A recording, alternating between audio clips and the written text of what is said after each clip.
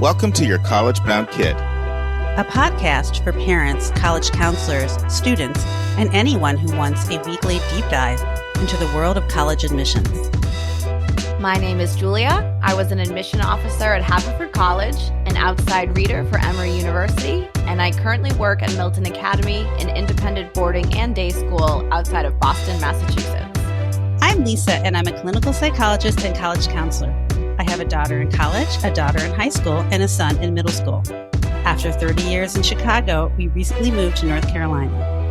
My name is Mark. I'm a college coach in Atlanta and the parent of two daughters. Karis, a graduate of Davidson College, and she is the founder of the Spanish tutoring company, SpanishHelpToday.com. And Joy has a bachelor's degree from the University of Georgia and a master's degree from North Carolina State University. She works in private practice in Raleigh as a mental health therapist. And I'm so blessed to be able to work alongside both my beautiful daughters at School Match for You, a college counseling firm that I founded in 2010. Good morning, friends. There's never a dull day in the world of college admissions. My email and my phone blew up this week as so many of you wrote to say, are you going to talk about Duke stopping assigning point values to college essays anymore because they are so worked over by a parent, a college coach, or artificial intelligence? Others wanted to know, are we going to talk about Dartmouth and Rice and Vanderbilt and Northwestern agreeing to pay a total of $166 million to settle claims filed in a 2022 class action lawsuit alleging the schools colluded on the amount of financial aid awarded to students, favoring applicants from wealthy families? But by far, the question I was asked the most was, are you going to talk about Yale adopting a test flexible policy? Well, friends, we're going to get into all of those stories in the next 6 weeks, and one of them we're going to tackle today. But before I get into that, I have a few time-sensitive announcements. Friends, we are 7 days away from Gil Villaneuva, the VP of Admissions at Rhodes, taking your questions in a 1-hour Q&A, which will be held Monday night, March 3rd by Zoom. Now, we had Gil do this in 2020 when it was the AVP and Dean of Admissions at Richmond, but Gil has been in the Northeast at Brandeis. He's been in the Mid-Atlantic at Bucknell, and he was in the West Coast at Harvey Mudd. He's got 30 years experience in virtually almost every region of the country, and he's just an overall great guy. So I really, really hope you'll take the opportunity to sign up for this session. I also regret not talking to Gil about this when I interviewed him. And Gil's an expert on the Common App. He currently serves as the chair of the board of directors for the Common App.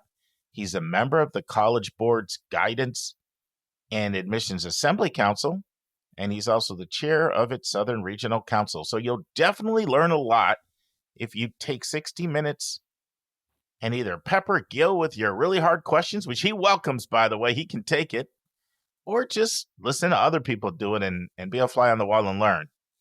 And friends, I'll be honest with you. If we get a good turnout to this series, I'm going to keep scheduling one-on-one 60-minute sessions with the nation's top admissions leaders, and I'll bring them to you so you can pepper them with your questions. And when I look back at it, it's been 4 years now, but in 2020, we did 3 of these. We had Lisa Prescott from UCSB, and we had Gil. Of course, he was at Richmond at the time. And then we had Sam Prouty from Middlebury. And I was just looking this week how many people turned out. So we had 21, 28, and 44. And we've grown a lot since then. So I'm expecting a great turnout. And I've already got a number of admission leaders I've been in conversation with who have said they'd love to come on and just take questions directly from our listeners. But I'm not going to bring somebody on like 10 people show up.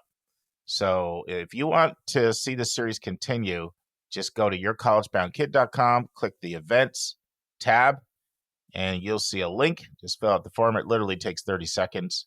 And you'll get the Zoom link sent out to you at least 24 hours before. So next Saturday or maybe Friday, one of those days, we'll get the Zoom link out to you. And tell your friends to come, even if they're not YCBK listeners. This event is for parents, college counselors, students, or anyone interested in learning. Okay, friends, I had something happen this week, and it just really made my week awesome. 3 listeners heard the interview I did with Nora and Hannah from Scholar Match on Thursday, and they reached out to me and said, I'm signing up to be a Scholar Match counselor. And it just makes me so happy because the mission of this podcast is to make college knowledge available to all. And I know how many of you have told me over the years, I just love this stuff. I love this college admissions world. I find it fascinating. So if you have that combined with a care for a student and a desire to help, you're exactly what Scholar Match wants.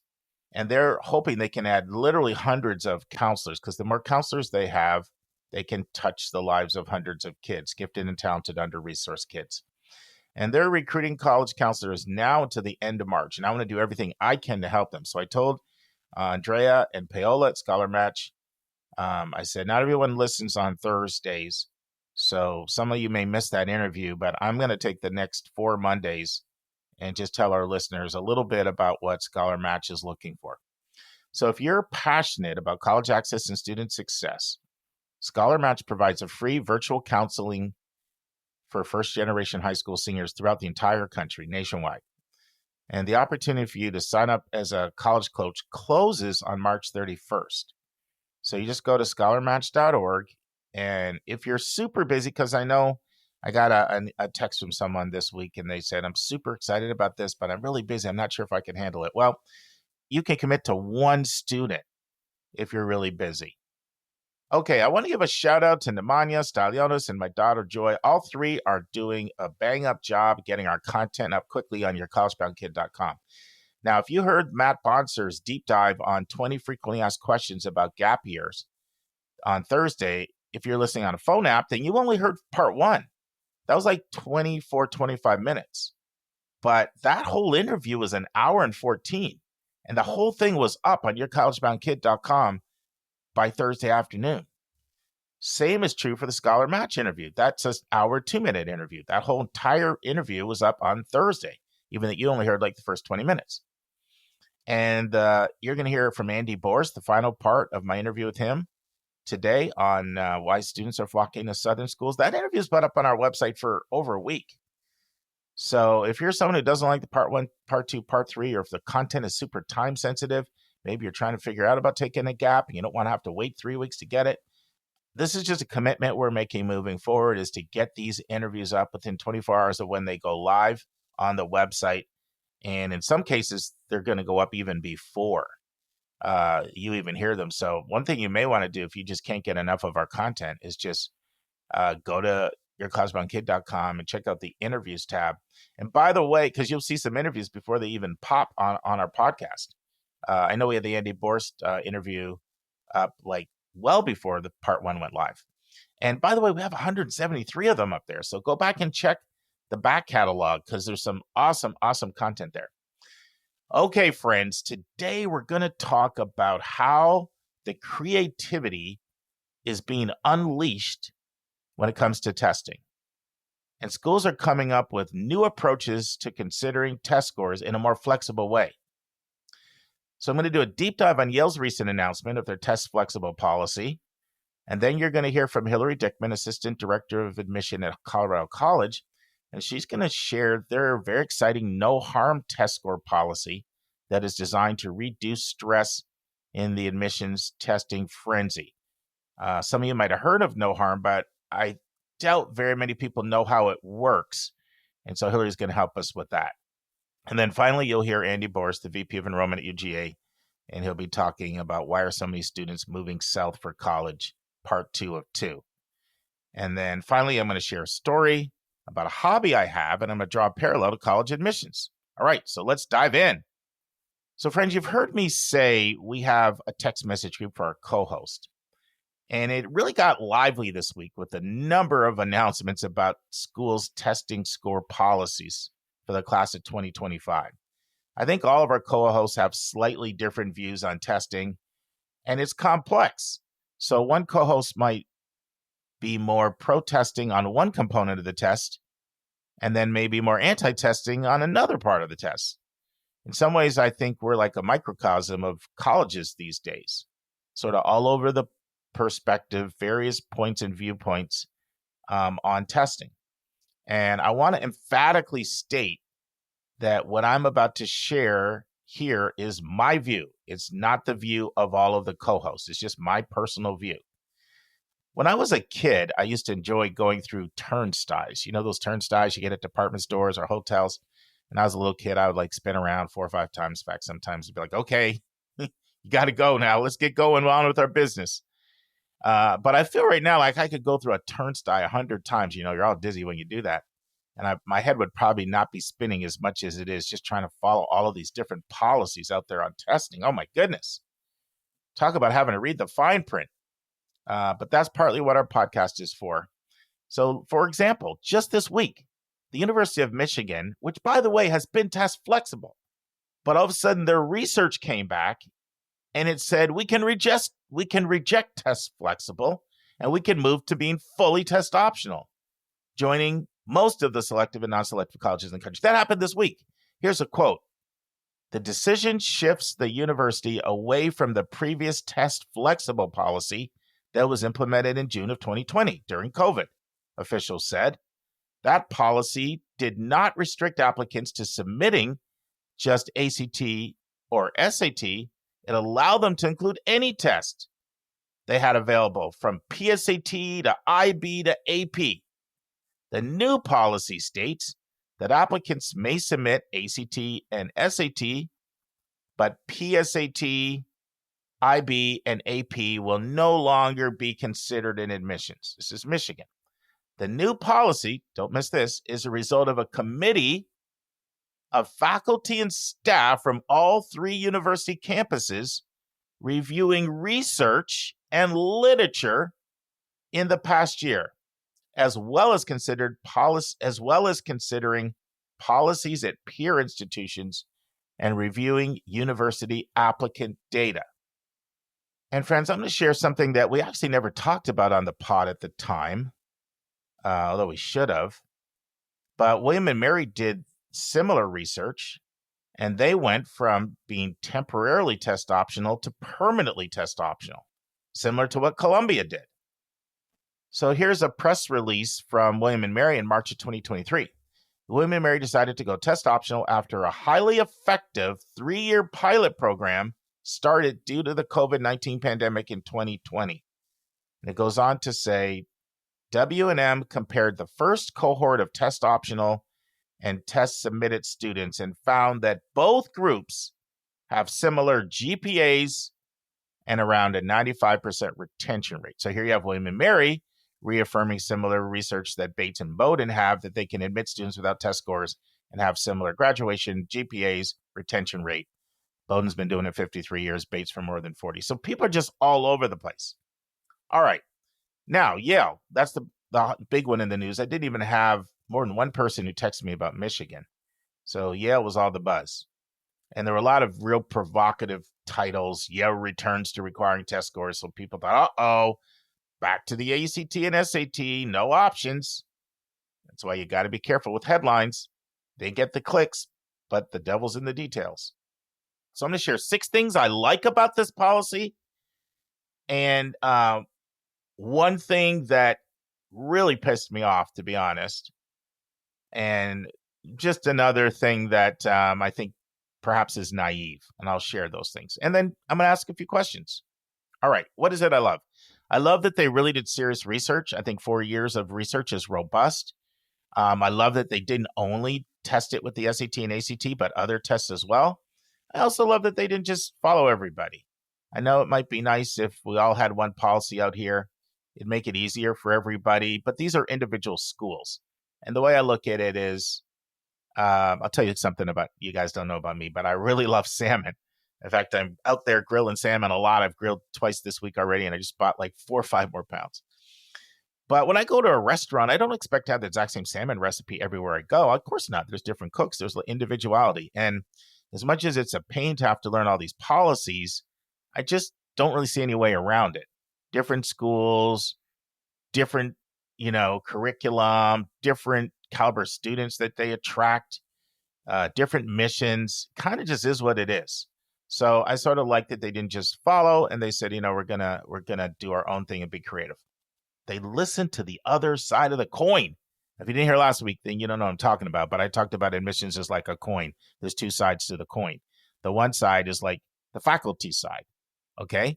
And that's going to be things like a study by a faculty and exclusively coming at it from a school GPA perspective. But there's another side of the coin, and that is what is the impact on students. And there you need to listen to students. You need to listen to counselors who are in the trenches doing the work. So they listened to what they were hearing from counselors and high school students. So how do I know that? Well, I'm going to tell you 3 things they said that showed me. So here's one quote. A narrow focus only on the ACT and SAT can discourage promising students from considering colleges like Yale. They wouldn't know that if they're not listening to students. So a statement announcing the decision explained. Now, this is listening to the counseling side, to the student side. I personally think, you know me, I'm always going to be totally transparent with you guys. I really think that statement didn't go far enough. So the statement said it can discourage students. I would have loved for them to say it can not only discourage students, it can lead to SAT and ACT dominating the mental space of a student far more than is healthy. It can lead to schools designing their whole curriculum around teaching to the test, so they're not developing critical thinking skills. These are all things I've seen multiple times. It's not just like a figment of my imagination. So I'd have liked them to have gone further. I commend them for looking at both sides of the coin. Now, here's one more great quote from Jeremiah Quinlan to show they recognize that we got 2 people here on the dance floor, the counselor on the student side and the academic side. They're not just relying on president and faculty research with no mention of listening to the counselors or students. All right, here's a quote. Our positive experience of reviewing applications without the ACT or SAT for the last 4 years taught us that requiring only these tests prior to 2020, it likely discouraged some promising students from underrepresented backgrounds. So they basically came out and said, snap. We learned a lot during the 4 years, and we realized we had created a barrier that was discouraging some promising underrepresented students from even attempting to get in. So I really, really, really commend them for this. You can see the language. They're listening. They're to students and counselors, taking that into consideration, but they're also honoring their own research that they have. And finally, here's another statement to show that Yale understands admissions is a 2-sided coin, and they aren't just a bunch of academicians controlling everything in their ivory towers. So here's another Jeremiah Quinlan quote. This is on the website. The world has changed, and the SAT and the ACT are now less central to many students' college application process. Most selective colleges remain test optional, and some, including the entire University of California, are now test blind. We do not want to disadvantage or disqualify applicants who have not had the ACT or SAT as part of their planning for college. Hallelujah. They're listening to students and counselors. And, there's a great article in Inside Higher Ed. So here's what it says. Yale tried to straddle the testing divide. I think that's so much more of an accurate title than all the clickbait stuff that, people are sending me all these things. Look, they're requiring the SAT just because people ran with these provocative titles. All right, third point. I like the fact that they're going out of their way to say we are not requiring the SAT. Like, they're very definitive. They're very demonstrable about this, right? Like, it's emphatic. So here are a few examples of them affirmatively saying we reject making the ACT or the SAT a requirement. So from their website, under the title, What Test Flexible Means, it says the following. Yale's test flexible policy is designed to empower applicants to put their best foot forward. There's no perfect test. There's no one-size-fits-all approach. So that's very emphatic. Now, from the Inside Yale Admissions podcast, which, by the way, that's my favorite college admissions podcast. I have 4 or 5 I love. I think The Truth About College Admissions is really, really good. That Rick and Brennan, their new podcast. And I really like the new podcast that's out by NPR and the Hechinger Report. I think that's fantastic. And I think Lee Coffin does a great job. Those are kind of my 4 go-tos. Jeff Salingo also has another really good one that kind of looks at big issues in higher ed. Those are just my personal favorites. But anyway, here's a quote from Inside Yale Admissions Podcast. And it's by a powerful statement by Hannah Mendelowitz, class of 2012. She's one of the co-hosts. And it shows that Yale is rejecting, genuflecting, or worshiping the SAT and the ACT. So here's the quote. Test flexible is also different from test required, which typically means you need either an ACT or an SAT. We've landed kind of somewhere in the middle there. So I like the clear affirmation and rejection of test required or test mandatory and being emphatic about it. All right, 4th thing. I love the fact that they're giving students a chance to explain special circumstances related to test scores. Now, this is a really big deal.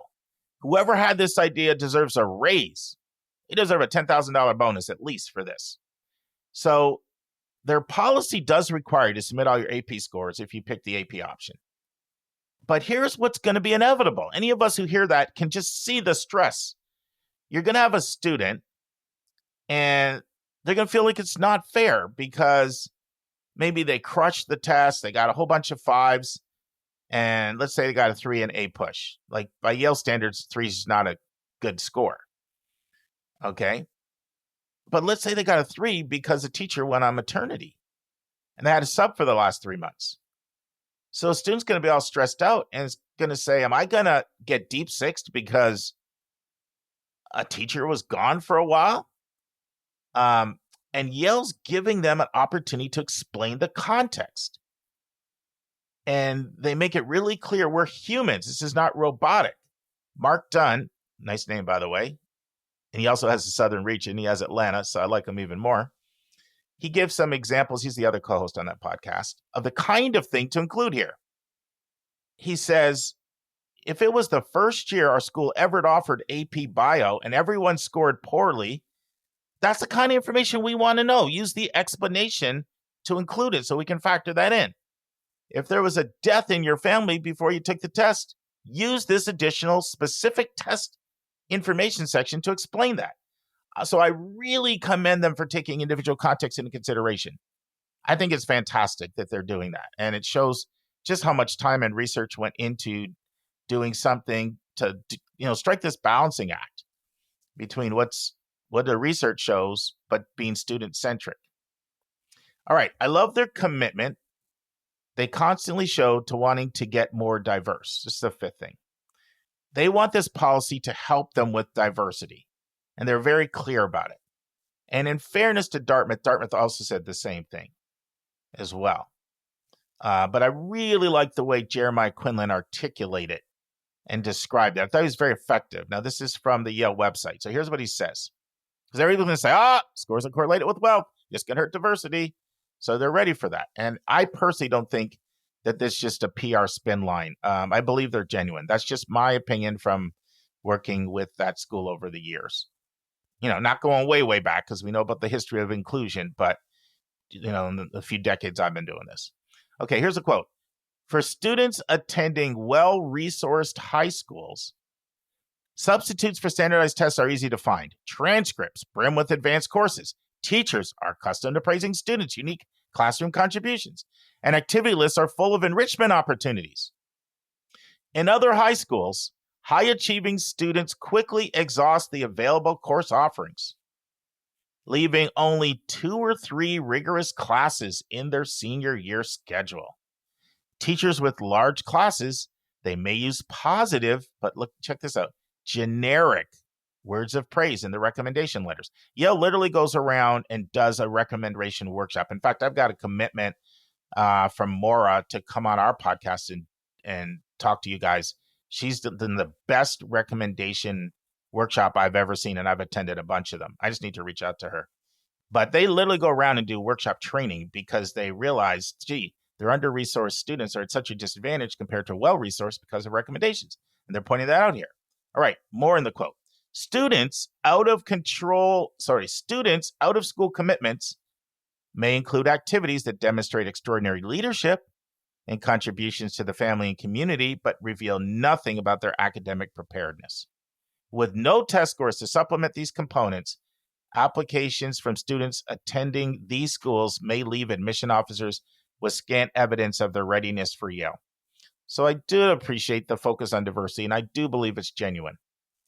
When students attending these high schools include a score in their application, even a score below Yale's median range, they give the committee greater confidence that they are likely to achieve academic success in college. Now, this is really tricky because there's a lot of collinearity in admissions. So test scores tend to be collinear with grades and making it difficult. But with under-resourced schools that don't have scores, they also usually don't have access to many AP scores, certainly not good AP teachers. They don't know, they're not getting rec writers from people that have been on the other side of the desk or who know college admissions well to write really powerful recs. And there's a huge difference between the extracurriculars from first gen, under-resourced, or just even under-resourced, middle income, modest income, and well-resourced. The extracurriculars are like night and day different. For like an under-resourced kid, it's like taking care of my siblings while my single mom works the night shift at Amazon, and then maybe one or two other things, maybe your local church and maybe a few other things. And what they're saying is it's hard to come up with enough other things in the file to make it compelling. Now, I've said this before, and this is a little bit of an oversimplification, but there's a lot of truth to it. A lot of times schools will look at your test scores as a reflection of your potential and your grades as a reflection of your productivity. And so what they're saying is if we don't have these other things, we don't have good rec writers, we don't have as many APs, we don't have extracurriculars, and it could go on and on and on. Counselors, it just could go on every single thing. If we see that potential, that spark, and we've seen evidence that correlates with our grades, it can push somebody over the top. And in fairness, Dartmouth did say the same thing. I really do want to underscore that. I was probably a tad harsh on them last week, even though I stand behind the core of what I said. All right. Lastly, I like that they went beyond the typical 75th to 25th to 75th percentile to give us a 20th to 80th percentile. So they actually listed 20th to 80th percentile. Now, I like that because I think it can reduce some of the stress about scores and can make people think, like, there's all these rumors out there, like if you don't have, whatever, super high score, 1550, 1530, 35, don't submit to Yale, 34. And many times that won't be competitive, to be honest, if you're not coming in with priority status, which is another way of saying it being an institutional priority, being underrepresented in their pool. But I still think it helps diminish stress. So this is what they put on their website. The middle 80% is a 31 to 36 ACT and a 680 to 790 evidence-based reading and writing and a 690 to 800. So I actually like that. I think it takes a little bit of stress off. Now, once again, don't kid yourself. If you're overrepresented and your parents are educated and you're coming from a good school system and there's no pronounced hook, you're not a bassoonist or something, they need that. Don't think your 680, 690 is going to be competitive in Yale's pool. But I still think it's helpful that they did that. All right, so what is it I disagree with? Well, something pisses me off, and I just have to talk about it. So Ed Pickett, he's the Senior Associate Dean of Admissions at Pomona. He was on a podcast with Akil Bello a couple months ago, and Pickett said in response to a comment Akil Bello made that some schools haven't released their policies, Pickett said, come on, we've got to do better. The point being, it is inexcusable for a school to be announcing its policies for juniors when it's almost March. And they're not the only ones that did it. Last year, Brown announced their policy for the class of 2024 on March 10th. And Penn was around the same time. And guess what? Brown and Penn still haven't announced their policy. It's just inexcusable. It's reprehensible. Like, as much as I give Yale credit for being in touch with students and counselors, they're really out of touch on this one to be telling a junior now who thought they could apply test optional, oh, if you want to come here, you got to get scores. Like, do they know anything about the calendar of what a junior's life is like? Really bothers me, that out of touch mentality. A story from this week. I was doing a counseling session with a family I'm working with in New York. And, they said to me, do you know when NC State's they said to me that we visited NC State recently. It's a school they like a lot because the brother almost went there. And the last second, he got off the wait list at Michigan. And the sister's really interested in NC State. And they said, well, we were just there. And they said they're going to announce their policy in April for next year. And I just shook my head. I said, this is ridiculous. Now, that's not NC State's fault. That's done by the North Carolina Board of Governors. But it's nevertheless, it's still ridiculous. So I said to this mom, I said, it just bothers me that these schools can be so out of touch with the life of a high school student that they could think you could tell in March or April or the end of February, a junior who wasn't planning on submitting scores, oh, if you want to come here, you got to submit scores. So the mom said, and by the way, I asked her if I could share this with her permission. I'm sharing this. She said, in my opinion, these schools are out of touch in a lot of ways. She said, my daughter gets up at 5:30 to do gymnastics every day. These schools don't have a clue what a student goes through. So I just think it's reprehensible for college to announce a policy this late. Announce it for 2026 and stick with your same policy for one more year. That would have been a lot more sensitive to the life of a teenager. So here's another thing I kind of didn't like about the announcement. I don't feel really strongly like I do about the lateness of it, but I just feel it's a little naive. So Yale doesn't want students to try to spend too much time trying to figure out, is my 5 on one AP and 5 on another and a 3 on another one better than my 33 on the ACT? Like they say very vociferously, both in writing. There's a quote from Mark Dunn from the podcast. And then in their recent podcast, Hannah has a very similar quote, like, don't even go there, in effect, they say. But if you know teenagers, of course they're going to ask you that. They're trying to figure out if they can get in. I know how many times I'm going to get asked this question. So I really think it's unfair to expect students not to ask that, or to even ask them not to ask that. I mean, I get that you can say to them, we're not going to be able to answer it. But and I think Mark is amazing. The other co-host, A+ job. I think he really does a great job. But I just didn't like this answer. I'm going to quote him, what he says about that particular question. Mark Dunn, Yale's Senior Associate Director of Outreach and Recruitment, says he expects many families will wonder which test scores should we submit. But then he says he hopes the new policy will help applicants understand they have to answer that question for themselves. Okay, that is what it is. So you can't sort of quibble with that, even that I don't think you can expect them to understand that. But this is what bothered me. So here's the quote. Our advice would be, fight the urge to make equivalencies between these scores. In other words, fight the urge to try to figure out, is your 5.5543 better than your 33 ACT? And he goes on to say, they're different exams measuring different things, he said. We hope this policy helps students internalize that it's about putting their best foot forward, whatever that may be, and that will meet you on your terms. Of course, it's not going to help people to understand. It's going to be completely frustrating to them. And there's no way in the world a student's not going to wonder, is this AP profile better than this test score profile? So just a little bit of out of touchness there. It just kind of bothered me a little bit, but not to disparage or besmirch. Like I said, I think it's my favorite podcast to listen to in college admissions. I just think it's not realistic. All right. So what's the bottom line? Yale's research showed noticeably lower GPAs from test optional students, and I don't think it's fair to ask them to ignore their research. All right. MIT, Brown, Yale, Dartmouth, they've all said the same thing. Scores at their school are better predictors of grades than just grades. And I hate to admit this, but I have to admit this doesn't completely surprise me for 2 reasons. When you have a school and you're teaching, you're generally going to teach to the middle of the class, right? Well, these are 4 of the 10 hardest schools in the country to get into.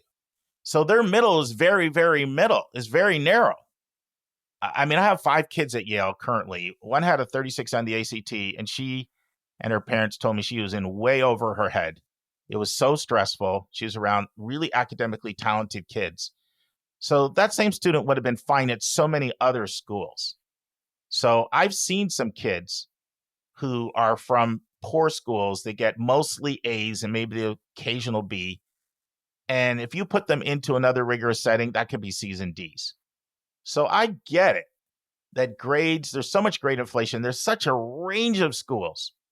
I do find it plausible that for certain schools, GPA is not always the best predictor. And I know that that's going to grind some people's gears to hear that, but I'm always going to give you my honest view. I also believe genuflecting to the ACT or SAT can be detrimental because I believe it uniquely impacts the student in some very unhealthy ways that the AP or the IP doesn't. Why did we stop sharing IQs with kids? Like, when did we stop doing that? 50s, 60s? Because we realized it could damage them. And the SAT has taken on so much significance that it has that potential. Oh, I'm only a 1020. I'm only a 20, so I guess I can't expect much of myself. There's so much power that's been put in that number. And anything that can be done to diminish that, I commend. And I think Yale so articulately defend it and articulate it why they're rejecting test mandatory, test required admissions. And I think this is me making a prediction out here.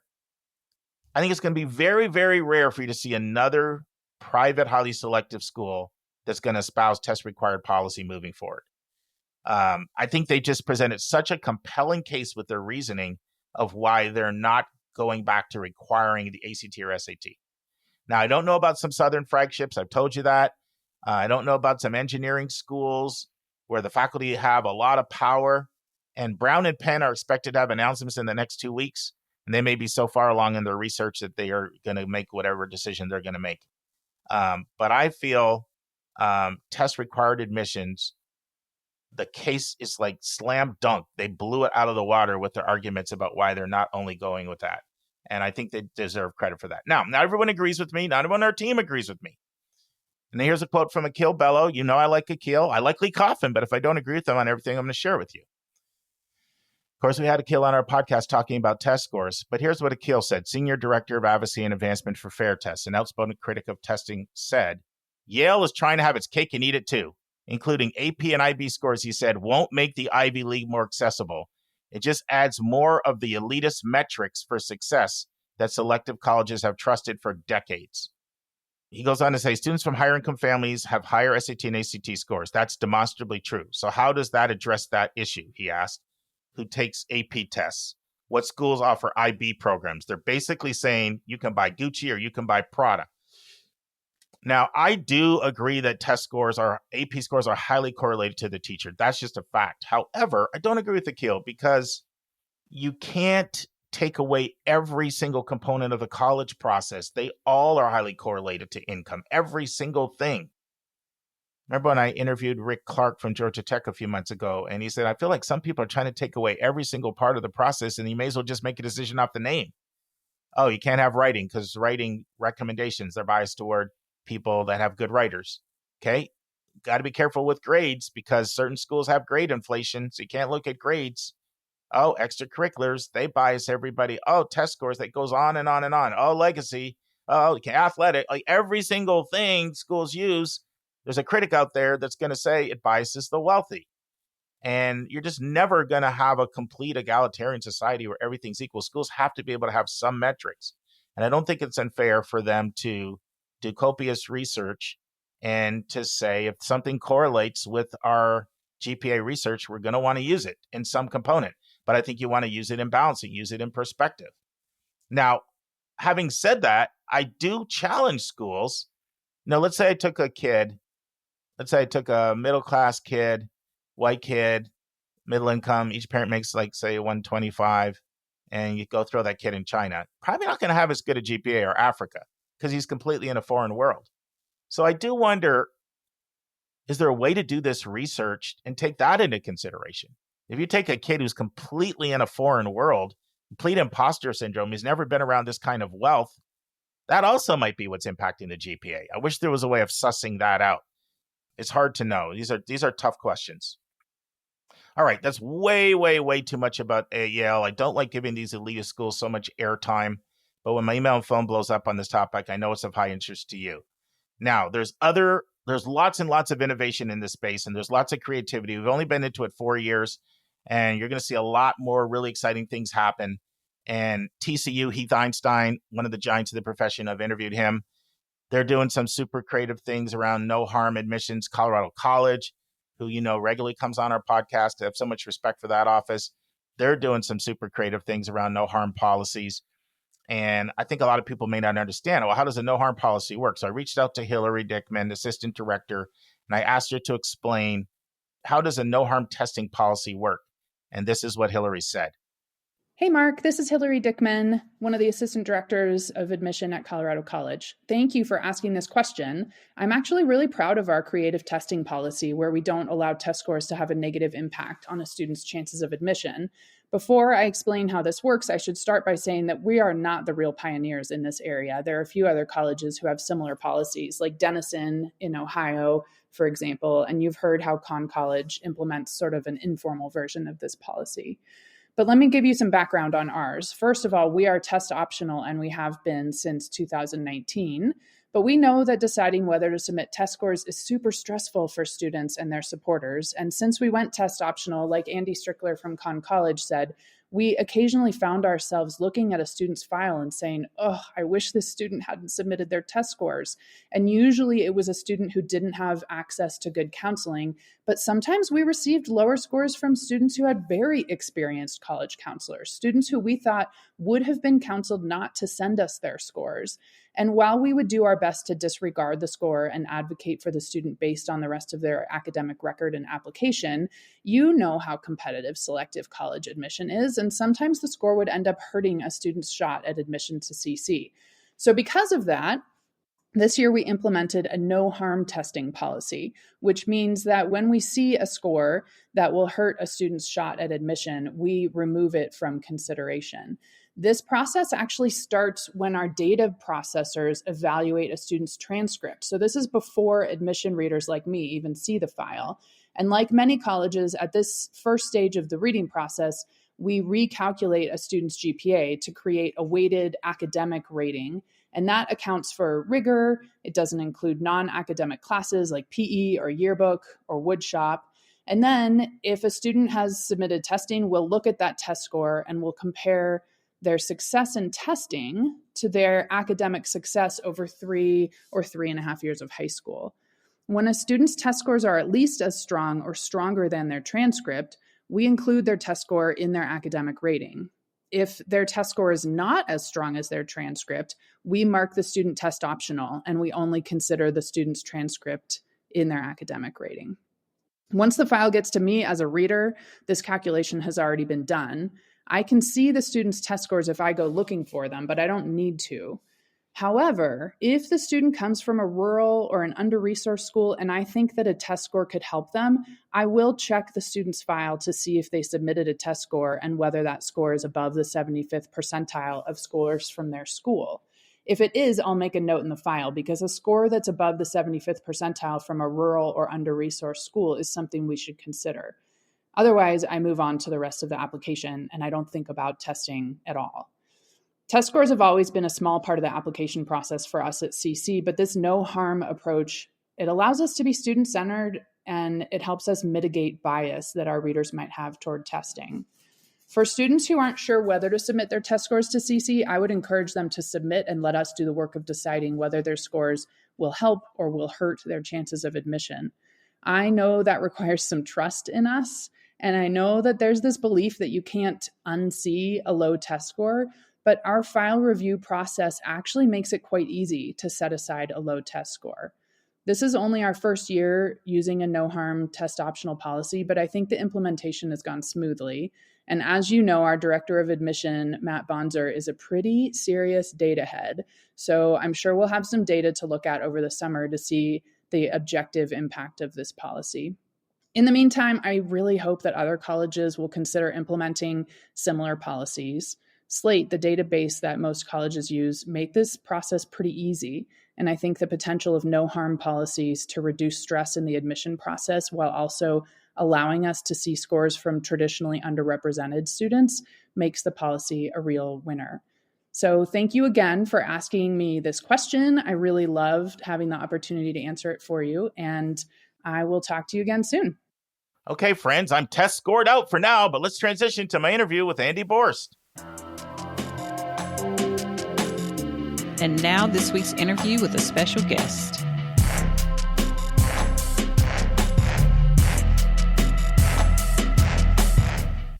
Friends, if you missed last week when Andy and I looked at why students are heading south for college in greater numbers, we hope you go back and listen to part 1. But in the final part, Andy and I continue our discussion. So we look at about 6 different reasons why people head south. And Andy comments on if he thinks these reasons are significant, rumors, or minor factors. And then Andy goes on the hot seat for our lightning round.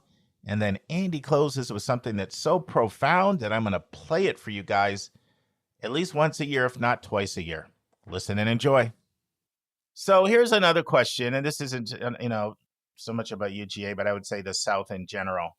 That Town and Country article speculated that one of the reasons for the growth in the Southeast is some students and some parents who want a different either political climate or composition of student bodies. So, and I've kind of heard this a lot on the counseling side, both ways. I'll hear some people that will say it's too liberal where I am. My state's too liberal. It's too woke is a term they like to use. And they're looking for something that they feel is more balanced. I've also seen it come up in terms of Jewish students and Black students that will say, hey, I can go to an HBCU in the South, or I can go to a place with a larger critical mass of people that look like me, or places like Elon and Tulane that have large Jewish communities have been popular places for Jewish students I work with. What are your thoughts on that as a contributor, sort of composition of the student body, either demographics or political affiliation, ideology? Yeah, so going back to the 3 Ps of program, place, and price, that place factor is really important for students to feel like they fit in at that institution. And that fit is going to be very different depending on what the student values and what the family is looking for. The data that I have seen, I would say, remains neutral. So you see just as many students going from a blue state of California to Arizona, a red state, as you do students going from Illinois, a blue state, blue to red, Illinois to Indiana and Iowa, versus Texas, who are leaving Texas and going to Indiana, going to, I would say that Georgia is more purple now, going to California. I mean, Texas is so large. So when I look at, is there a shift, when I look at migration data of seeing, is there a shift of students going from red to blue or blue to red, there may be movement, but they just negate each other. So there's enough movement where there's not a clear movement one way or the other in political climate. That makes sense, actually, because the country's so divided. So it's kind of happening both ways from your perspective, and that may sort of be, it's happening, but it may sort of cancel itself out, and there's not much of a net there. I don't doubt that there's anecdotes, and I would absolutely agree that those things are happening. But if I were to interpret the data, it looks like a net wash. Now, here are a couple other reasons that have been speculated. I don't know if they're as prevalent as the other ones, but they're worth discussing.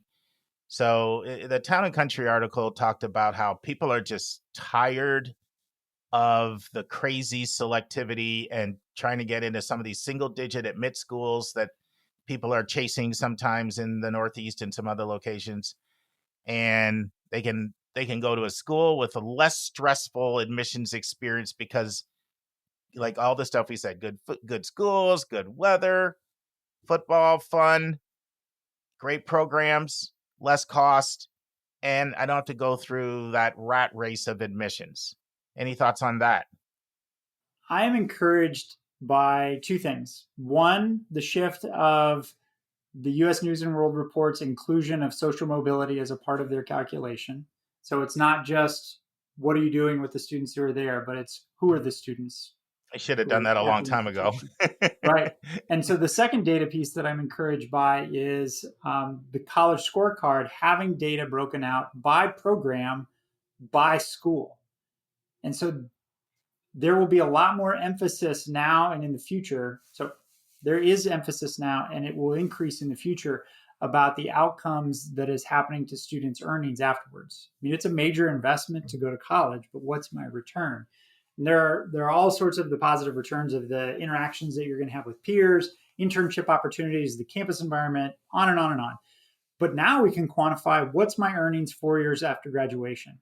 And I can see, well, I'm going to make maybe $1,000 more if I go to this other institution to get an English major versus I can go to an institution that isn't going to have a crazy admit rate and do kind of just as well with my career potential for that major. And you're going to be able to stack it up. Engineering and even individual like mechanical engineering, civil engineering. How do those things compare? We're hungry for sorting. Who does this the best? And that's just another thing. It's not a perfect way to look at colleges and institutions, but it is a way to challenge, is it worth the additional investment? Is it worth the anxiety? Is it worth the angst to stress about taking that 6th AP class to get into that other institution for return when your public flagship that's not uber competitive may be a better fit for you for all sorts of reasons of program, place, and price.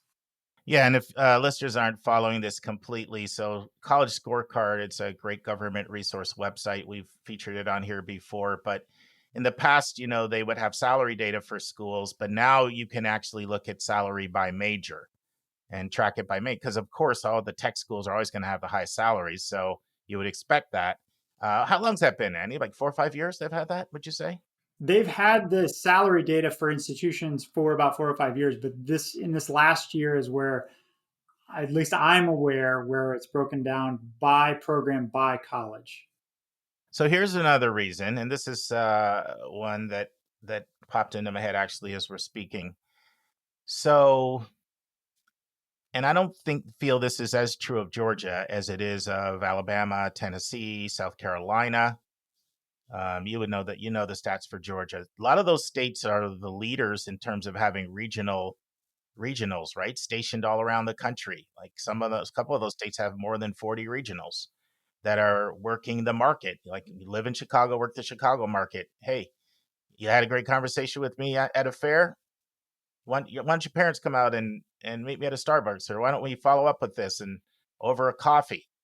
And at least one of those schools, I better not quote them because I get permission, has said that's their single biggest reason they attribute for their out-of-state growth is the effectiveness of their regional strategy. They said it really took about until year 3 to really see the dividends, but boy, is it ever paying off. And there tends to be a lot more regionals in southern locations. Do you think that plays a role at all? So Alabama is a great example. So they had a winning football program for a long time. Nick Saban had a wonderful impact on that institution that brought Alabama onto a national stage with marketing and advertising, just an awareness of the institution. But they wouldn't have been able to capture that demand without putting an army out in those states, Illinois, New Jersey, Texas, Florida, California, to be able to say, hey, you should come here. And then also offering a treasure trove of discounts to make it so that student's decision-making process was measuring between their in-state flagship or a flagship that's on national television at a lower cost. If you take out those regional individuals, and it's not just Alabama, other institutions are copying this effect, is that then the enrollment at Alabama would not be what it was. You can't generate demand, you have to capture it. Yeah, and the interesting thing with Alabama is I've gone to 3 luncheons with them in the last 4 years. They, 5 of the last 6 years, they're more than 60% out of state. Mm-hmm. And they used to have under 20% of their students had a 30 on the SAT. And now more than 40% have a 30 on the SAT. And they've added over 10,000 students since Saban got there. So they significantly increased their size while attracting a different kind of student and appealing, all over the country. So that's kind of now. Georgia's not a big regional school. Do you guys have under 10? How many do you guys have out there? How many regional staff do we have? Yeah, that are just live in a market and work that market. 1. Oh, I didn't think so. I never. And is that because you don't see value to is it like we're already getting so many out of state anyway that why would we do that when the out of state admit rate is like 25%? Like, why do we need to deploy people, or what is that the rationale? That would make sense. I would say that the major emphasis right now has been recruiting within the state of Georgia, and particularly rural communities in the state of Georgia. So our open positions are committed to having on-campus staff who are able to travel to those locations. Our one regional position is based in DC, can get to the North Virginia area as well as New Jersey, Long Island, other parts of New York, can get to all of the regional places that we need to get to. Now, that isn't to say that we won't follow a similar path that might be able to promote University of Georgia in Illinois, in Texas, and in other places. But we have not had the same strategy of having a large number of out-of-state regionals as other institutions in the Southeast. And then the last reason that I could think of, I don't know how prevalent it is, but I have to bring it up because a parent literally I'm working with right now has said to his daughter that I'm not paying for any school that's not in a growing part of the country. I see the states that are declining. I see the places that are surging. So I'll kind of combine this with a sort of a second one. A lot of people tend to vacation in the Carolinas or maybe down in Georgia. There's beaches here. They get down here and it produces a familiarity. You're at the mountains or you're down in the beach area, and there's just kind of a comfort level of sort of where you go. Do you think either of those reasons play a role at all? Either I see where things are going, I see where the jobs are going, I see where the population's moving, and I'm kind of down there and I got a comfort level because we travel there. Any thoughts on those? So I very much agree that students would make college choices and then parents would shape those college choices based off familiarity of those areas, as well as your point about that students and parents are going to gravitate to communities, states that feel like they are on the upswing or on at least level, and try to avoid areas that they may feel like are in a death spiral or not doing so well. I would say a difference is that those trends tend to be cyclical. So just because a state is doing really well right now doesn't mean that it will continue on that path.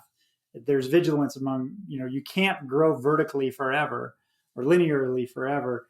Similarly, the states that may be struggling right now because their expectation for revenue through enrollment might have gone beyond what their state high school graduates are. Maybe they find a way to bring in more out of state and level out the tuition revenue, or maybe they won't. And those institutions are not going to go away. They just won't be able to offer as much as they have in the past. So, Andy, that's all I can think of as far as reasons. Is there anything that we didn't cover? Well, I mean, this is going to go on for 2.5 more hours, right? We can cover a lot of ground. Hey, if you got time to talk, I'm a chatterbox. No, Mark, I love geeking out on admissions stuff. So I feel like we've done a good job of digging into some issues so far. But I just appreciate you having me on. This has been fun. Awesome. Well, no first-time guest gets away without our lightning round, our hot seat. All right. So you ready to transition to some non-admissions talk for a sec? Sure.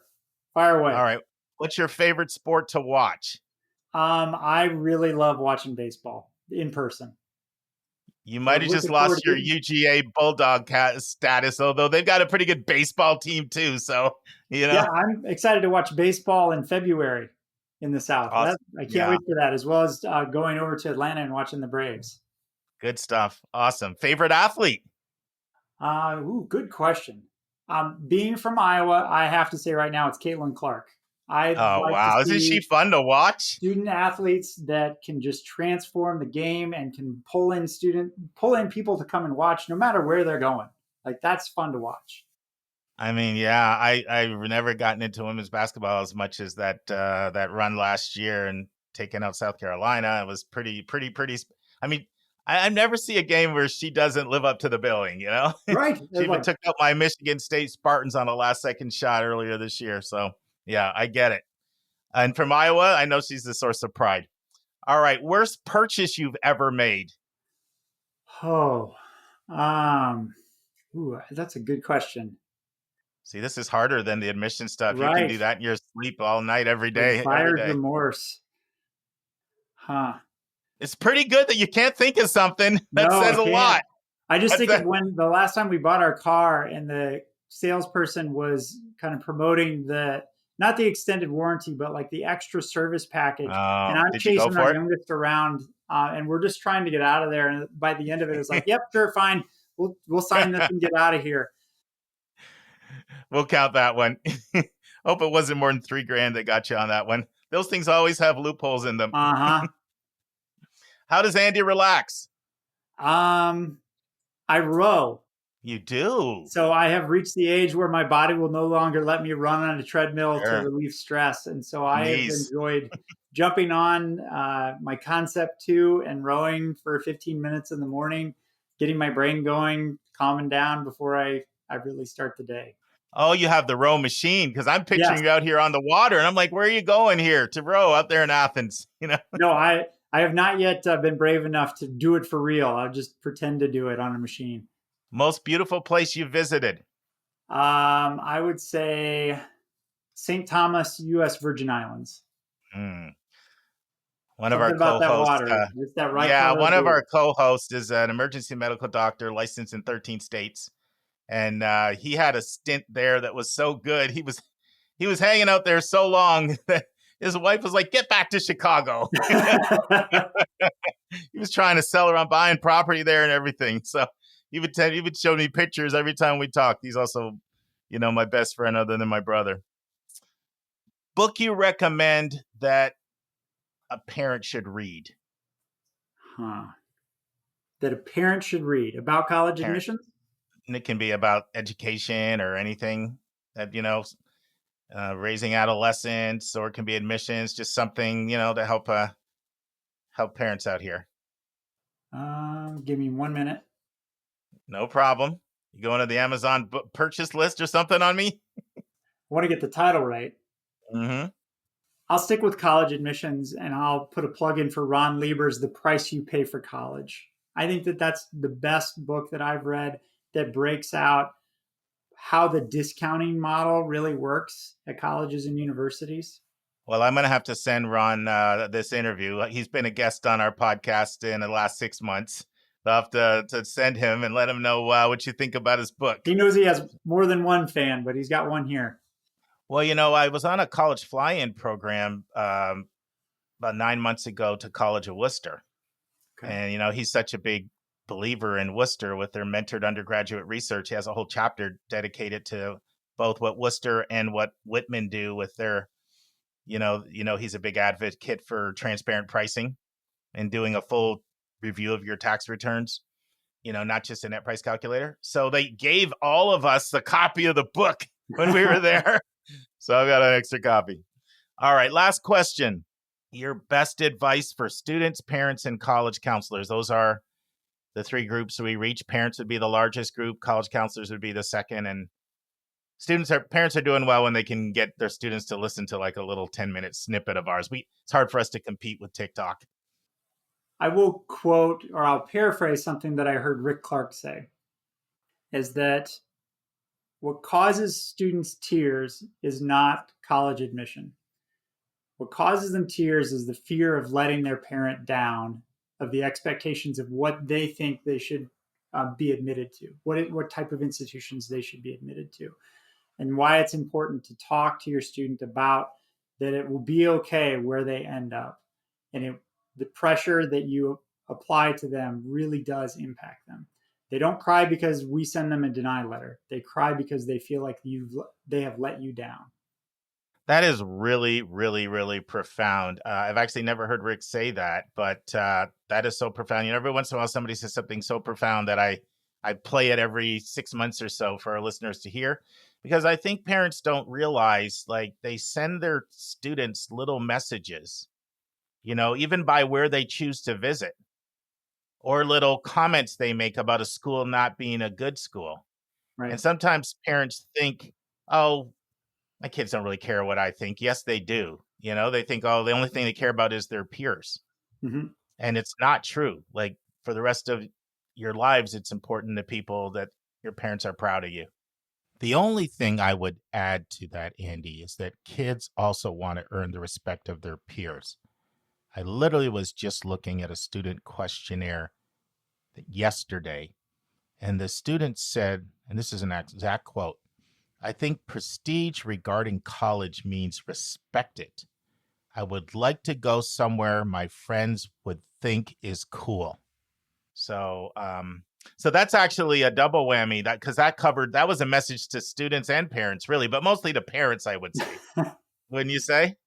I would say more to parents. Yeah. I mean, the students need to be aware of that too. But no, as a parent, as a fellow parent, you don't want to make your child cry.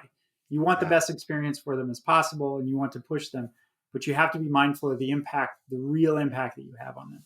And you know, the part that's challenging about that, Andy, is sometimes, and I'll challenge parents on this. I've had to challenge parents for comments they've made. And I know they didn't even know what they were doing, but they're just putting so much pressure on their kids. And the problem with it is, even if a parent embraces the idea of, I don't want to do that, it's not as easy as changing your actions. You have to actually change your mentality, and you have to change your mindset. And kids can tell if you really believe it or not, and parents have to accept a wider range of schools as being acceptable for their student that they can be proud of. That's, to me, the best way around it. And you can't fake it, because kids can tell if you believe it or not. Right. Yeah. Awesome. Andy, this has been awesome. I really appreciate you coming on here. And I'll get out to UGA. My youngest daughter is a proud Bulldog. Okay. She's class of 2021. And she had a fantastic education at that school, your school now. And she also had a lot of fun, too, especially the Notre Dame game. She's got a big, giant picture of that nightcap that Notre Dame game in her wall. And so, yeah, she got a great education, had a lot of fun. And it's those moments, this is one of the best. This is one of the best compliments a student could give a school. She said, I really developed my love of learning at UGA. Great. Yeah, with the sociology classes and African-American history classes and the professors that she had. So keep doing what you're doing. You're at a great place. We're happy to have you in the state. All right, take care. Thanks, Andy. Friends, on Thursday's episode, Matt Bonser and Gap Years, part 2 of 3. A SpeakPipe question. We've recorded it, but haven't picked one yet. You're going to have to come back on Thursday to find out what it is. For our interview, part 2 of 3, Hannah and Nora continue to tell us about opportunities to be a college counselor, help an under-resourced, gifted, and talented kid with Scholar Match. And we've got a brand new spotlight. Kevin Newton, our international expert, is back. He's going to break down St. Andrews University in Scotland. Friends, I close out with a story. So one of my hobbies I really like is investing. You listen regularly, I talk about investing. Dave and I used to talk about it all the time before he sold all his stuff and bought some properties. But my top investment is a semiconductor stock in NVIDIA. In fact, it's more than double my second biggest investment, which, if you're curious, is Amazon. And I want to say a little bit about the founder, Jensen Huang. So Jensen Huang is worth $69 billion. He's the 21st richest person in the world. And Jim Cramer of CNBC is so impressed with Jensen Huang and NVIDIA, a company he started in 1993 as a 30-year-old, that he named his dog after NVIDIA 4 years ago. According to Cramer, Jensen Huang may be the smartest person in the world. Now, of course, Cramer doesn't know who's the smartest person in the world, but that's what he says. Maybe the smartest person in the world, the smartest person I've ever met, he said. And he interviews bright people all the time. I know some of you are thinking, Stuck, you're going off the deep end. Thought this was a college admissions podcast. What's up with this investing talk? Where are you headed? Well, you know where Jensen Huang went to college? He went to Oregon State University with an 83% admit rate. Many of the students I work with feel like Oregon State is not going to be a springboard for them to reach their full potential. Many of them would be ashamed to go to Oregon State. And it's a fine institution, really strong in engineering. It's just not one of those schools people aspire to. It oftentimes is on the likely list for people I work with. And quite honestly, a lot of them would be disappointed if that's where they ended up. And they would think that their career is going to be limited. Now, I know what some of you are saying. Stuck, tell the full truth. He got his master's at Stanford. Yeah, but Stanford had to respect Oregon State enough to admit him from Oregon State. And right now, we're not thinking about master's and grad programs anyway. You're thinking about your undergraduate experience.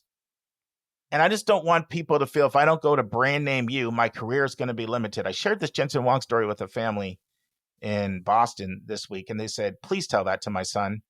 He's under so much pressure from his peers. He needs to hear that. And I had a meeting, and he knew Jensen Huang was, and he knew about NVIDIA. He just didn't know where he went to college. So what's the lesson, friends? It's not where you go, but it's what you do when you get there and what you do when you get out of there. Jensen Huang is proof of that. The founder of the third wealthiest company in the country, and I personally think is going to pass Microsoft and Apple before 2030 as the wealthiest company in the world. See you on Thursday, friends. And that's our show. A big thank you to you, our listeners, for tuning in this week. If you find this podcast helpful, please follow us and you'll get every single episode as soon as it is released. If you're interested, there are a few ways you can really support our podcast. You can click the share button and send it to your friends and acquaintances. You can help us pay our staff and our expenses by donating on our website. You can write a review for us on Apple or Spotify. I'm the producer of the podcast, but we have a fantastic team of 15. Shout out to our co-host, Dr. Lisa Ruff, Dr. David Williams, Linda Depker, Susan Tree, Vince Garcia, and Julia Esquivel. And to our substitute co-host, Sylvia Borgo. Our sensational sound engineer is Nemanja Motvich. Our amazing music is from Victor Allen Weeks. Marketing designs are from Kimberly Blass. Lily Parikh manages our Instagram. Our image editor is Talha Khan. Joyce Ducker does our website episode updates. And our webmaster is Stylianos Dimitriou. And if you want to have a coaching session with Lisa, Linda, or me, just text me at 404-664-4340. If you have a question you want us to answer, or if you have a recommended resource or article you think we should discuss, just send it to questions@yourcollegeboundkid.com. Our favorite method is for you to record your own voice at speakpipe.com/YCBK. By the way, check out our website, where you'll find lots of content that is not on any podcast app. Our website is yourcollegeboundkid.com.